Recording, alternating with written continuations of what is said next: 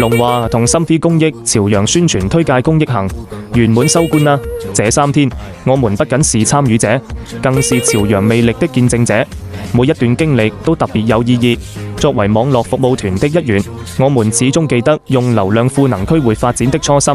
而朝陽也用滿滿的驚喜回應了我們的期待。最直觀的感受是便捷，深圳到朝陽1小時48分的高鐵車程，打破了地域的距離。不管是深圳人週末來散心，還是香港朋友趁假期來探索，都毫無壓力。更讓人難忘的是朝陽的鮮活鄉村裏，紅色文化代代相傳，現代化農業蓬勃發展。尖山村、橋陳村等村落早已不是傳統印象中的鄉村模樣，充滿了新活力。產業上既有薑樹、橄欖等帶着鄉土氣息的優質農產，又有紡織服裝這樣兼具實力與口碑的特色產業，傳統與現代完美融合。文化上，文光塔博物館承載着千年歷史底蘊，英歌舞則用動感的舞姿，讓非遺在當下綻放光彩。係啦，咁啊，今日咧高 Sir 咧朝頭早咧就嚟到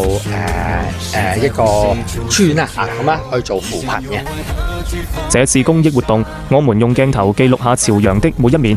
不管是對口幫扶的溫情，還是朝陽本身的魅力，都值得被看見。我希望通過這份分享，讓更多深圳、香港乃至海外的朋友讀懂朝陽，走進朝陽，發現這座城市的美好，為朝陽的發展注入更多力量。感謝龍華及朝陽的所有工作人員。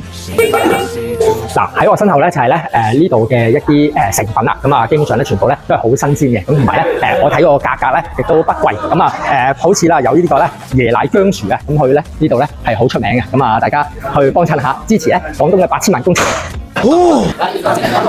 牛湯，咁呢個咧大家睇下都好中意嘅啊，哇呢頭大嘢啦，我都整翻碗先即時咧喺度。